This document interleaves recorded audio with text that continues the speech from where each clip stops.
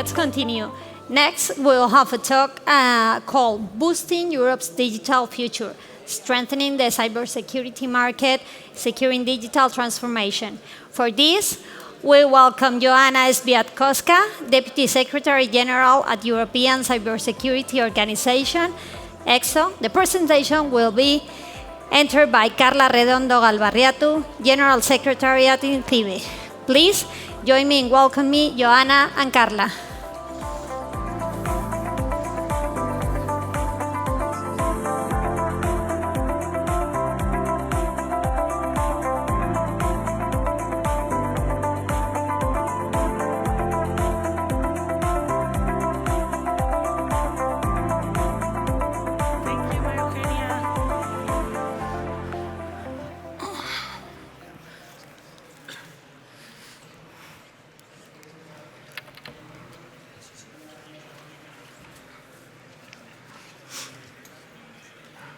So, good morning, everyone. Buenos días a todos. I would like to welcome you to the 18th edition of ENISE.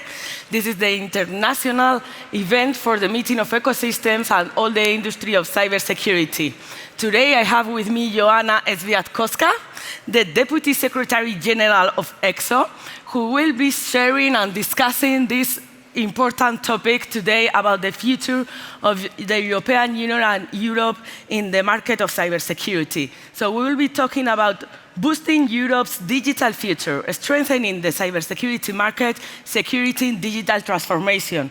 Because we all know that there is no secure and safe digital transformation if it's not accompanied by the cybersecurity. And also this topic is especially relevant nowadays, given the recent release of the Draghi report on European competitiveness, which highlights the need for action to close the gap between European cybersecurity, innovation, development, and research investments compared with other regions of the world, especially US and China. So our goal today is to explore how Europe can strengthen the cybersecurity market, foster the growth of companies, especially SMEs in cybersecurity, and ensure that we are not left behind in this global digital transformation race.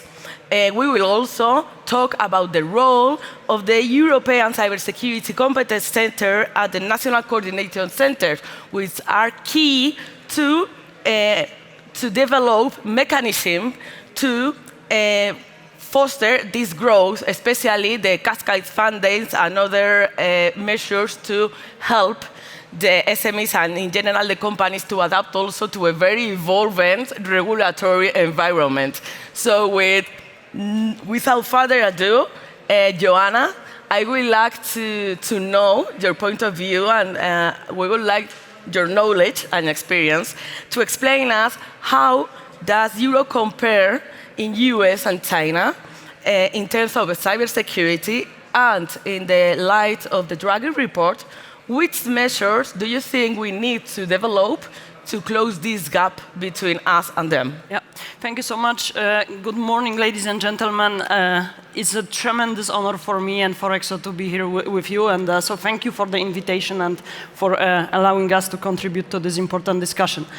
We were just talking with Carla just before the session that it's so nice and amazing to be in beautiful Spain, in León, and to be honest, I wish I would be in a position to provide you only with optimistic messages regarding cybersecurity market in Europe, but since we are referring a little bit to Mario Draghi's report, unfortunately, I will have to start with rather gloomy conclusions that stem from the report. So, just to share with you a couple of key conclusions from the report to set the stage for, let's say, more nuanced discussion on cybersecurity, because Mario Draghi's report concentrates on Europe's competitiveness at large.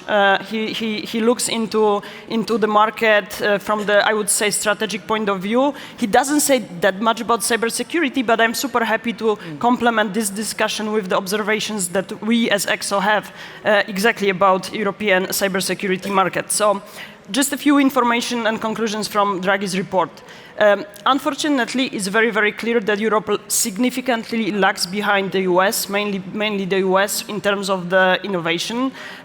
According to the conclusions from this reading, apparently we are quite weak when it comes to the adaptation of emerging and advanced technologies. So what happens in Europe is that apparently we focus on the so-called mid-tier technologies, and that's a problem because with that we are talking about mature technologies, which means that it's quite difficult to have breakthrough advancements and, of course, let's say, play a high role when it comes to the innovation and the market developments.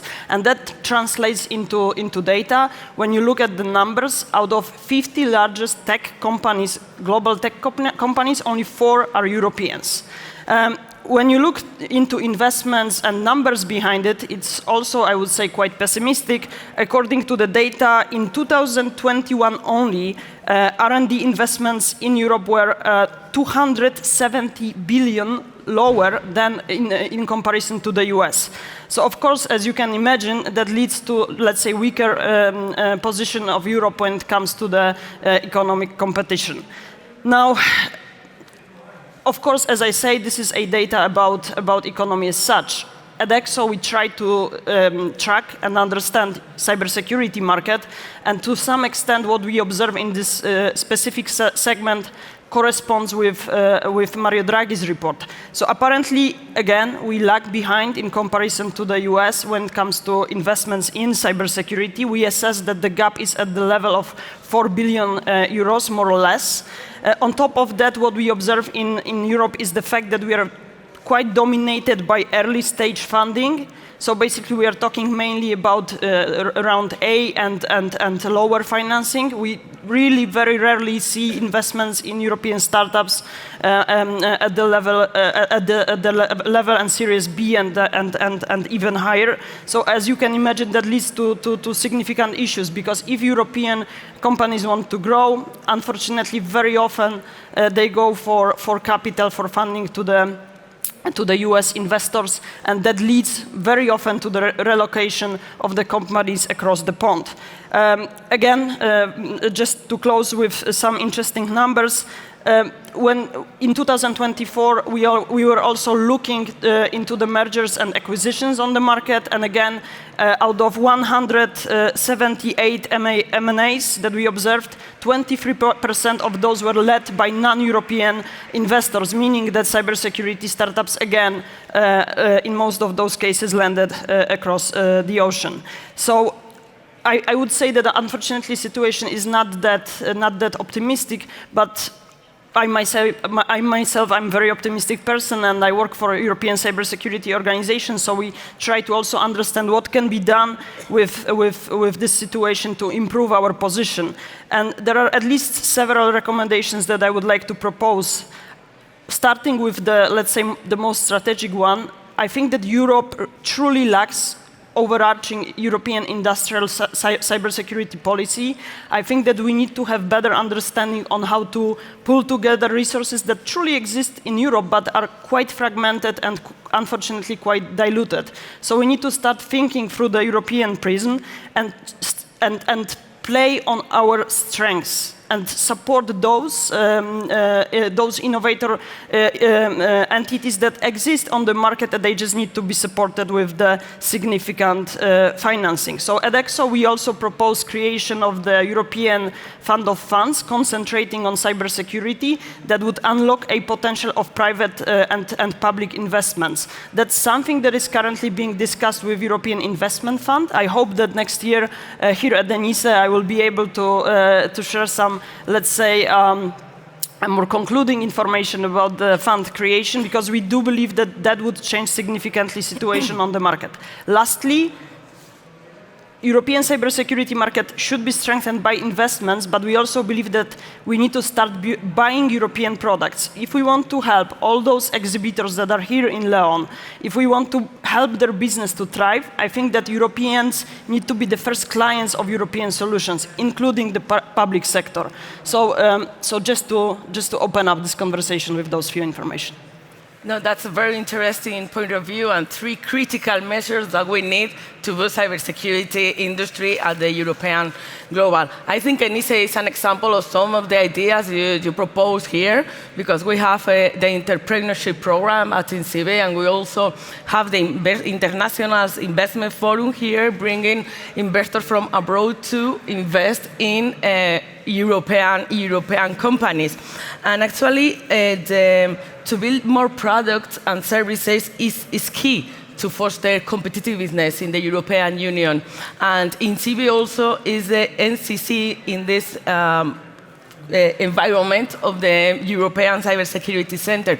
So I would like to know which measures will the ECC develop in coordination with the national centers to boost this competitiveness in the cybersecurity market, especially the Cascade funding program. Mm-hmm. Yes, thank you so much. So maybe for those of you that are not particularly familiar with, let's say, institutional setup when it comes to cybersecurity institutions, a few years ago there was an interesting development in this area because European Union decided to create European Cybersecurity Competence Center.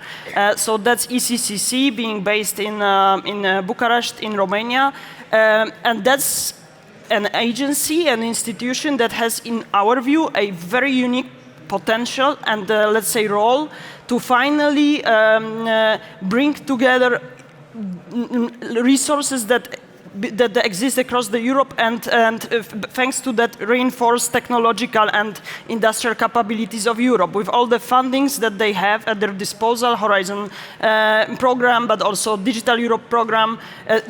We hope that finally we will have this body with the overarching, understanding of the situation in Europe that would be able to channel all those funds into making, significant improvements on the European cybersecurity market. But this central agency existing at the European level cannot work without national partners, agencies that function at the level of member states. So, for instance, Spanish NCCs will play a huge and significant role to facilitate what is happening here at the national level. And Carla, you mentioned cascade funding. In our view, this is a very unique and promising mechanism of the funds distribution simply because it will allow players that understand local ecosystem to invest well into those solutions that can make the biggest difference on the market. So for us, we see them as something that is really missing right now in Europe because cascading funding might, hopefully they will, provide more flexible way of distributing European funds. As you know, most likely, especially SMEs in Europe, they complain quite a lot about the bureaucratic mechanisms that come with the European funds. And let's be honest, SMEs are here to do business and not, spend tons of time on the bureaucratic and difficult processes. So with the cascading funding, we do believe that we will have more agile mechanisms, more flexible mechanisms, better tailored to the market, and enabling to sort of foster cooperation between different players from the ecosystem. So fingers crossed for NCCs to do quite a lot of good things with the new instruments. Yeah, we will, for sure. And talking about the SMEs, we're talking that they need us as public institutions to facilitate their lives, to make it easier for them to get to the fundings, to the investment, and to develop to big companies. So in this path, I think that the public sector and the government administration have the responsibility to accompany the companies. So what do you think about the public and private partnership as a key mechanism to boost competitiveness in cybersecurity? Look, I come again from ECSO. ECSO is all about private-public cooperation. Just again, for your information, ECSO was created together with, and together with European Commission for the implementation of so-called private-public partnership in cybersecurity. So we know very, very well how important it is to build bridges between public and private side of the equation. And again, you can see the benefits and the, let's say, ways how this partnership can work on so many different levels. You mentioned regulations, right? I think that we will speak about it maybe later on a little bit more in depth, but when you are thinking about all those requirements that will very, very soon come upon European companies, if we want to make sure that our companies will play by those rules, they should be also supported by the public in making it easier and understandable in terms of understanding those requirements and actually implementing them. Private partnership can also be seen at the level of investments. As I mentioned, the idea of the creation of the European Cybersecurity Fund of Funds brings this promise of bringing together public and private capital, which is absolutely critical if we want to make a significant difference regarding Europeans' competitiveness. Private-public partnership can also be linked with, let's say, more operational aspects. Right now, and again, I was just walking around the Expo area, and I also see that in Spain, as well as in different parts of Europe, we are talking more and more about CTI information exchange between different entities. If you are thinking about meaningful mechanisms, again, private-public cooperation should be at some level unlocked. We need to start sharing information between different entities to be one step ahead of the difficulties and threats that we see on across the ecosystem. So, in a way, I do believe that this PPP cooperation might have different shades, different forms, but it's absolutely critical. Sure. We think in INCIBE that it's key to accompany the companies in this path, and also to hear them, because they have their needs and maybe sometimes we are not aware of them. So it's really, really necessary to keep like a constant dialogue with them, to listen to them, to develop the proper programs. But sometimes they have these difficulties coming from the public institutions, such as you mentioned, the regulations. Now we have the NIS 2 coming into force, came into force the 17th, and now it's also the Cyber Resilience Act. So how are the companies, the SMEs, can face these new regulations better with the help of public institutions? Yes, so again, I think that that's absolutely critical element and something that will dominate the upcoming discussion in Europe. Again, coming back to Draghi's report, that was another conclusion, quite visible. Apparently, everyone says that Europe tends to overregulate different areas of the market, including cybersecurity. I mean, needless to tell you, all the details behind the tsunami of regulations that came into force very recently. You mentioned NIS 2, you mentioned CRA, but it's also DORA. It's like so many different files, so many different regulations, and indeed most of them will impact not only the large players, they can survive with that, but also SMEs, and that is a significant challenge, obviously, and something that we need to meet and face together. And so currently at ECSO we are doing quite extensive analysis of the existing and upcoming regulations in the cybersecurity area to understand what is like the biggest difficulty, especially for SMEs, to meet them and to implement them. The point is that in January 2025, Poland will take over presidency in the European Union, and one of the priorities for the Polish presidency will be to look into potential hurdles, like difficulties stemming from regulations, and maybe propose certain solutions to alleviate the pain that is, especially visible when you think through the prism of SMEs obliged to implement those regulations. So, from the initial findings that we see, indeed what is truly missing in terms of proper implementation of the regulations is actually awareness of SMEs, what exactly needs to be done in order to meet the requirements. So there is a critical need for guidance, for pilot projects, for regulatory sandboxes, where SMEs can actually truly understand what stands behind all those, like a regulatory jargon being present in all those files. So we do believe that anything that helps SMEs to understand requirements would do a lot of good for the market. and again, I think that there is also room for certain improvements. Like, for instance, let me give you an example.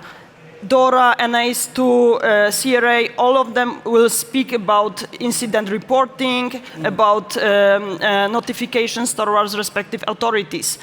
In the worst case scenario, if you are unlucky and, for instance, you function in the financial industry, you might need to report incidents to around 10 different entities all across Europe. I'm talking, of course, about extreme cases, but those simulations go into this direction. So maybe there is a way to actually streamline the process and think about the solutions, maybe some kind of like centralized platforms where it would be, one-stop shop for meeting those types of obligations and not necessarily, like put the entirety of the burden on those who need to meet the requirements. So I think that regulations are not bad per se, right? They exist for very good reasons, but I think that this is some kind of a task for the policy and decision makers to make sure that whatever you put on the market is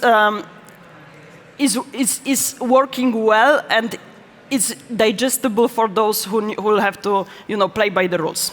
Yeah, the policymakers also need to listen because the legislation needs to be practical. Absolutely. You can write anything on a paper, but then you have to put it into force and you have to make it. So you need to really think about what to wrote in these directives and acts. So we have run out of time, Joanna. It was really, really interesting this interview with you. Such many ideas and critical measures that we need to boost our market, cybersecurity market in Europe. So thank you very much. Thank you so much. Thank you very much also to you all. And seguir disfrutando ENISE. Thank you so much. Thank you so much, Carla. Es que...